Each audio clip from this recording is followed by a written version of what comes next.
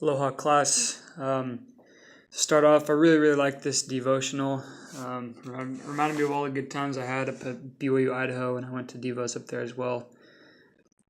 To start off, Elder Redd, his parable that he used about the two employees who went and bought oranges, I thought was really cool as well.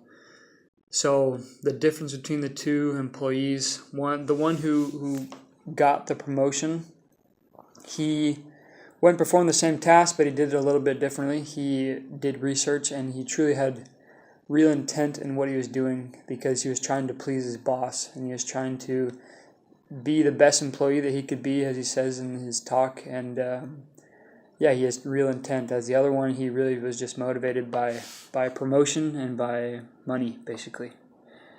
I thought about how I could apply this to my life, especially during school. I've had a hard time with school just because sometimes I don't see the point of it, but especially with some certain assignments and things like that. But I think that the attitude that I have and having real intent in seeing the benefit instead of just the reason why, like, it's just a dumb assignment, but if I have real intent in doing my assignments, that I'll get more things out of it, and I will become more prepared for the future. For the next question, why is having real intent an important part of your life? I thought this was really cool.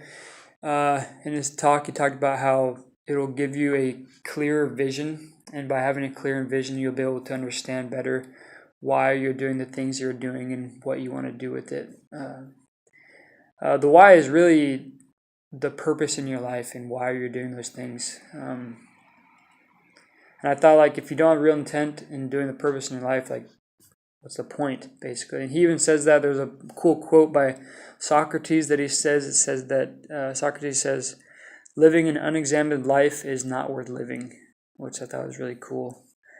But by understanding these things, helps you understand the motives behind the why and why you do these things. And then lastly, the last question was the three things that Elder Redd shares with us that we can do to look to God. They're simple, but if we truly understand the why behind them, that we could really be an impact, and we should prioritize them in our lives. The three things were, remember and keeping our covenant, as he was talking about. I showed the cool video with Elder Holland and the sacrament prayer.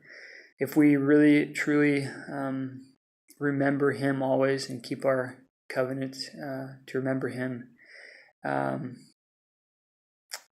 the reason why I think this is important to me and why I will do this is so that I can have the Spirit with me. And I just know how it is to not have the Spirit and how it feels to have the Spirit. And so my real intention for doing is that I can, first and foremost, to please God and to feel good inside and know that I'm pleasing him. Secondly, was to pray. So I've been thinking about this because I think everyone kind of goes through a rut at some point, but my prayers have not been, like, I guess, true in a sense. I pray every morning, night, but I could definitely do it with better intent. And today I was actually reading in Moroni 7, where it talked about this with true intent, which is really cool that we read this talk as well. I think that for me, the why behind praying is that I know that God's ways are higher than my own. And so when I pray to him, I can receive counsel, and I can know for sure that I'm doing the right things, and I'll be guided to be the most successful in my life. The last thing was to study the scriptures. I study the scriptures, and I think this is important to me, and the why I do it is so that I could realign my life by learning correct principles and truth.